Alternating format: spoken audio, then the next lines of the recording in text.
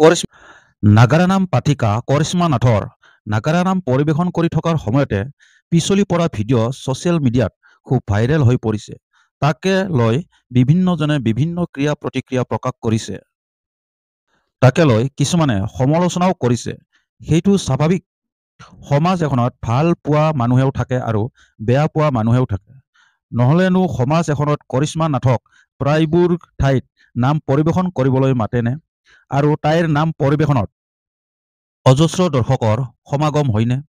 কৰিশ্মা নাথে পিছলি পৰা ভিডিঅ' ভাইৰেল হোৱাৰ পিছত নেক্সট প্ৰগ্ৰেমত ৰাইজক উদ্দেশ্যি কি ক'লে চাওক।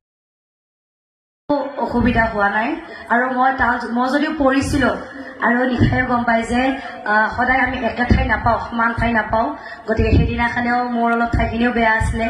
গতিকে মোৰ ভৰিখন পিছলি পৰিছিলোঁ যদিও মই কিন্তু তালযোৰ এৰি দিয়া নাছিলোঁ আৰু শেষলৈ মই নিজে নাম থৈ দিছোঁ, পৰি হ'লেও মই নিজে নাম থৈ দিছোঁ।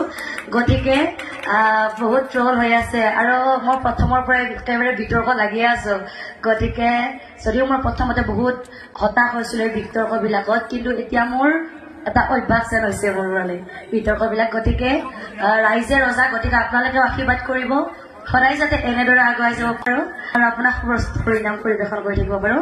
ধন্যবাদ।